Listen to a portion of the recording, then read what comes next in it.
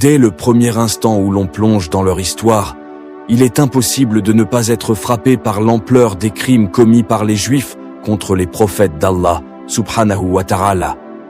Leur arrogance, leur mépris des signes divins et leurs atrocités dépassent l'entendement. Leur parcours est un témoignage clair de leur éloignement total du chemin de la justice et de la vertu. Commençons par le plus choquant, l'égorgement des prophètes. Saviez-vous que 70 prophètes ont été égorgés par leurs mains criminelles? Parmi eux, le noble prophète Yahya, alayhi salam, un homme d'une pureté et d'une foi incomparables, a été froidement exécuté. Pourquoi? Parce qu'il s'était opposé à un roi tyran et à une femme pécheresse, défendant la morale et les commandements d'Allah. Sa tête, ramenée dans un seau, témoigne encore de cette cruauté inhumaine. Et ce n'était que le début. Lorsque son père, le prophète Zacharia, alayhi salam, apprit cette tragédie, attristé, il quitta la ville.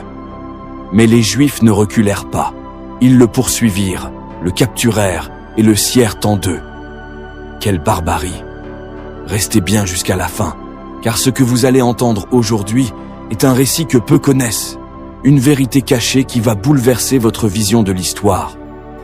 Il y a des instants dans l'histoire où la lumière et les ténèbres s'affrontent avec une intensité rare, où les justes sont traqués et où la vérité semble vaciller sous la lame des oppresseurs. Ce fut l'un de ces moments. Un temps où la piété fut une condamnation, où la sagesse attisa la fureur des tyrans, et où la patience des prophètes se heurta à la barbarie des hommes. Ce ne sont pas de simples légendes, mais des vérités gravées dans l'histoire, des récits qui brisent les cœurs et marquent les âmes, témoins de la cruauté des hommes et de la patience infinie des prophètes. Aujourd'hui, je vais te raconter l'un de ces récits, une histoire de foi et de courage, mais aussi d'injustice et de trahison. L'histoire de deux prophètes bien-aimés d'Allah, deux hommes qui n'ont jamais fléchi face aux tyrans, mais dont le sang a été versé sur cette terre ingrate. Prépare-toi à entendre l'histoire poignante de la fin tragique de Yahya et Zacharia. Zacharia, alayhi salam, était un homme d'une foi inébranlable. Prophète d'Allah, il consacra sa vie à appeler son peuple à la droiture. Vieillissant sans enfant, il implora Allah d'un cœur sincère. « Ô mon Seigneur, accorde-moi, venant de toi, une descendance pure. » Allah exauça sa prière et lui donna un fils béni, Yahya, un enfant qui allait grandir dans la sagesse, la piété et la vérité. Yahya, alayhi salam, était un prophète au cœur pur, un ascète détaché de ce bas monde. Il appelait son peuple au repentir, dénonçant l'injustice et la corruption. Sa voix commença à déranger les puissants. La vérité a toujours ses ennemis. Les justes sont une menace pour ceux qui règnent par le mensonge. Et lorsqu'un homme ose s'opposer à l'injustice, ceux qui détiennent le pouvoir ne reculent devant rien pour le faire taire. C'était le destin tragique de Yahya, alayhi salam. Son peuple s'était égaré dans la corruption. Leur cœur était devenu dur comme la pierre. Ils avaient troqué la guidance divine contre les plaisirs terrestres, les commandements d'Allah contre les désirs de leur âme. Le prophète dénonçait ouvertement les injustices du roi. Il s'élevait contre les décrets impies, il parlait sans crainte, il mettait en garde contre la colère d'Allah. Mais le crime ultime, celui qui allait sceller son sort, fut son opposition à l'union impure entre Hérode et Hérodiade. Hérode, un roi indigne, un souverain dont l'autorité n'était bâtie que sur la tromperie et la luxure. Son cœur était rongé par l'orgueil, sa soif de pouvoir ne connaissait pas de limite. Mais une chose le terrifiait, la parole d'Allah portée par un homme qu'il ne pouvait ni corrompre ni intimider. Yahya, alayhi salam, n'était pas un homme comme les autres. Il ne craignait rien, sauf son Seigneur. Il n'avait ni trône, ni armée, mais sa voix faisait trembler les fondations du royaume. Il marchait parmi son peuple, comme un rappel vivant du pacte qu'ils avaient brisé. Il appelait à la droiture, à la repentance, à la soumission au Créateur. On rapporte même que le roi honorait le prophète Yahya, l'invitait à ses assemblées et lui demandait conseil de sorte qu'aucune affaire n'était traitée sans avoir son avis. L'appel des prophètes est toujours une gêne pour ceux qui règnent dans le péché. Hérode avait décidé d'épouser Hérodiade, une femme ambitieuse et sans scrupules, prête à tout pour accroître son pouvoir. Mais il y avait un problème. Cette union était un péché aux yeux de la loi divine, une transgression flagrante des commandements d'Allah. Lorsque Hérode demanda à Yahya si un mariage avec Hérodia était légal, celui-ci lui dit que cela était interdit par la loi. Yahya lui dit « Elle n'est pas licite pour toi, il t'est interdit de l'épouser. » Yahya, le prophète pur et incorruptible, s'était opposé à son union impie avec Hérode. Dans les rues, dans les temples, devant le peuple et les grands du royaume, il proclama avec force « Il vous est interdit d'épouser la femme de votre frère. Craignez Allah. Son courroux s'abattra sur ceux qui transgressent ses commandements. » Un seul homme avait osé s'opposer au roi, et c'était un prophète. Hérode lui-même était déchiré. Il savait que Yahya était un homme pieux, qu'il ne mentait jamais, que sa parole était juste. Il avait peur de lui faire du mal, car il connaissait son influence, et au fond de lui, il redoutait la punition d'Allah. Ses paroles se répandirent comme un feu de forêt. Le peuple murmurait. Certains ouvraient les yeux, d'autres détournaient le regard, craignant la colère du roi. La nouvelle se diffusa dans la ville, jusqu'à parvenir aux oreilles de la mère d'Hérodia, qui nourrit de l'animosité et de la haine contre Yahya. Elle se décida à lui faire du tort. Hérodiade savait qu'Hérode était faible. Il n'oserait jamais donner directement l'ordre de tuer Yahya. Un jour, elle embellit sa fille. Elle l'orna de bijoux et l'envoya ensuite au roi. Elle lui ordonna de provoquer ce dernier, d'attiser son désir et de se refuser à lui jusqu'à qu'elle obtienne ce qu'elle désirait. Or, ce qu'elle voulait, c'était faire tuer Yahya, fils de Zacharia. Hérodia fit ce que sa mère lui avait dit, et lorsqu'elle vit qu'il était dans cet état, elle lui dit « La faveur que je te demande aujourd'hui est que tu égorges pour moi Yahya, fils de Zacharia. » Lorsque le roi entendit le nom de Yahya, il sursauta, terrorisé. Il lui dit « Malheur à toi, demande-moi autre chose que cela. » Elle lui répondit alors « Je ne demanderai rien d'autre que cela. » Elle se mit à nouveau à le provoquer et l'amena à lui accorder ce qu'elle avait demandé. Hérode demanda qu'on lui amène Yahya.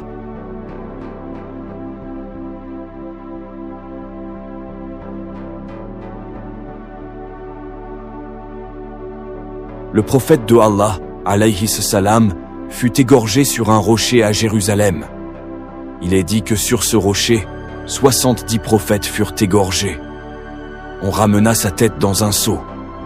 Et c'est alors que lorsque la tête fut placée devant le roi, elle se mit à parler en disant « Elle n'est pas licite pour toi, elle n'est pas licite pour toi. » C'est alors que le roi fut saisi de frayeur, mais il était trop tard. En effet, quelques jours plus tard, la terre s'entr'ouvrit et ensevelit le palais du roi et tout ce qu'il contenait. Les gens qui suivaient le roi furent engloutis aussi. Une goutte de Yahya qui était tombée à terre se mit à bouillir. Quant à Hérodia et sa mère, ces deux horribles femmes, elles exultèrent de joie à la vue de la tête de Yahya et dirent « Aujourd'hui notre cœur est réjoui ».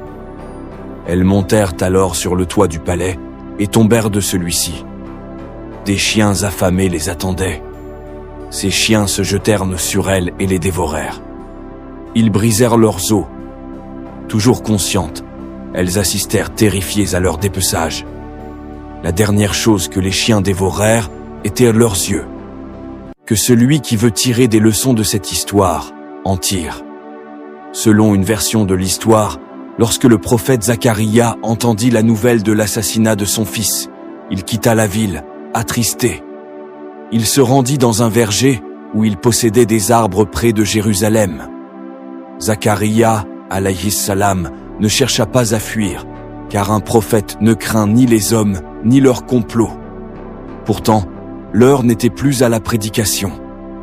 Désormais, il devait se cacher, non pas par peur, mais parce que sa mission sur cette terre touchait à son crépuscule. Dans la pénombre de la nuit, il s'éloigna du tumulte des hommes. Son cœur restait serein, attaché à Allah, tandis que ses pas le guidaient vers l'inconnu. Il trouva refuge dans une forêt aux arbres centenaires, témoin silencieux des péchés et des vertus des générations passées. Mais même la nature ne pouvait offrir un sanctuaire absolu. Il passa auprès d'un arbre, qui l'appela par la volonté de Allah. « Viens à moi, ô prophète de Allah », lui dit l'arbre, et ceci était un miracle.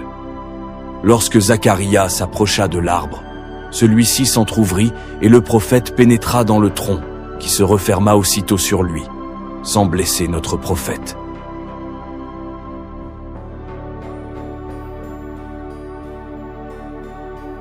C'est alors que l'ennemi de Allah, Iblis, surgit et saisit un bout de vêtement de Zacharia pour le faire dépasser de l'arbre.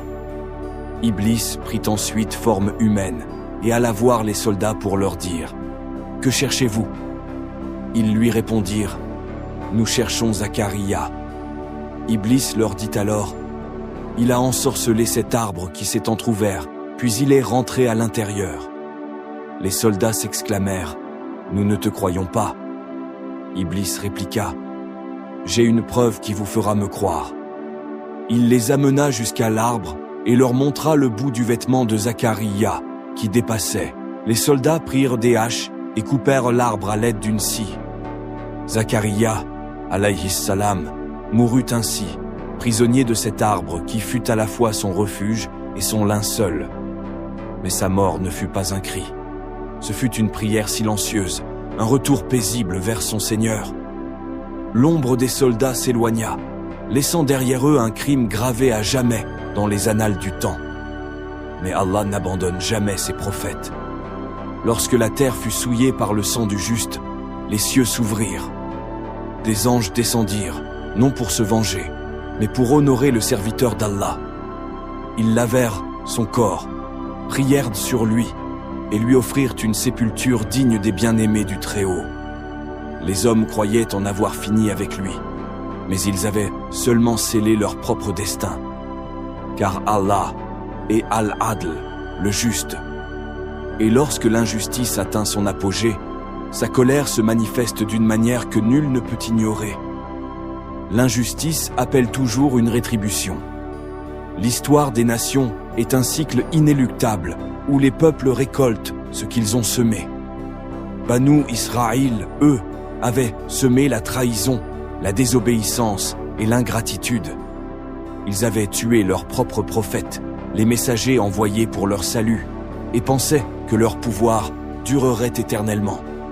Mais Allah n'oublie jamais. Dans les palais de Babel, un souverain impitoyable aiguisait déjà son glaive.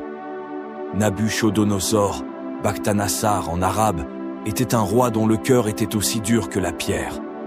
Un roi dont le cœur était noir comme l'encre. Un conquérant dont le nom allait devenir synonyme de terreur. Il ne connaissait ni la pitié, ni la clémence.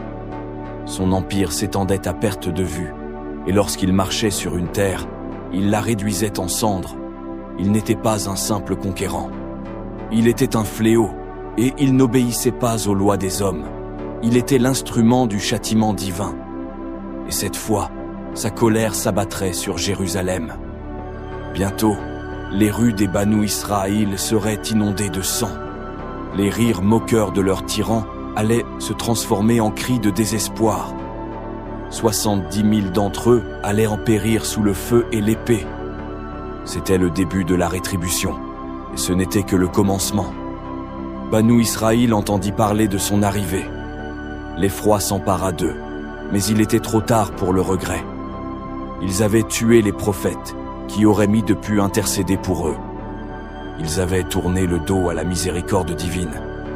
Désormais, ils allaient goûter à sa justice. Nabuchodonosor ne négocia pas. Il ne demanda aucune reddition. Il n'envoya pas d'émissaires pour parlementer. Il était venu pour raser cette cité, pour enseigner à ses hommes une leçon qu'ils n'oublieraient jamais. La guerre fut brève. Non, ce ne fut pas une guerre. Ce fut un châtiment. Les nobles furent traînés hors de leur maison. Ceux qui, jadis, se pavanaient dans leur richesse et méprisaient les avertissements des prophètes, se retrouvèrent enchaînés, réduits à l'état d'esclaves. Les soldats ne firent pas de distinction. Hommes, femmes, enfants. Tous furent livrés au même sort. Et lorsqu'une nation trahit ses engagements envers Allah, même ses plus faibles ne sont pas épargnés. 70 000 âmes périrent sous les épées babyloniennes. Ceux qui avaient conspiré contre Zacharia, alayhi salam, furent exécutés sans procès. Ceux qui avaient applaudi la mort de Yahya, alayhi salam, virent leurs propres enfants tomber sous les lances des assaillants. Les survivants furent enchaînés et emmenés en captivité, exilés loin de leur terre promise. L'élite du peuple d'Israël, ceux qui dictaient autrefois la loi à leur convenance, furent humiliés, forcés de marcher des centaines de kilomètres, soumis au joug de leur nouveau maître. Jérusalem, jadis un symbole de bénédiction, n'était plus qu'un champ de ruines fumantes. Si ce rappel t'a touché, like, partage et abonne-toi pour plus de vidéos sur la vérité du Coran. Que la lumière d'Allah éclaire nos cœurs